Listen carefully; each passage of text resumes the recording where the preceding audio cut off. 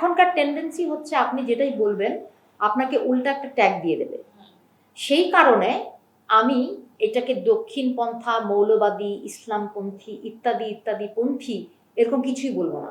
আওয়ামী লীগের দোসর বলবো না, কিচ্ছু বলবো না। আমি বলবো আমার জনতার উপর এই আক্রমণগুলি হচ্ছে, সরকার এখানে ব্যর্থ এদেরকে সুরক্ষা দিতে। কারা করছে তোমরা বের করো, আমাদেরকে জবাব দাও।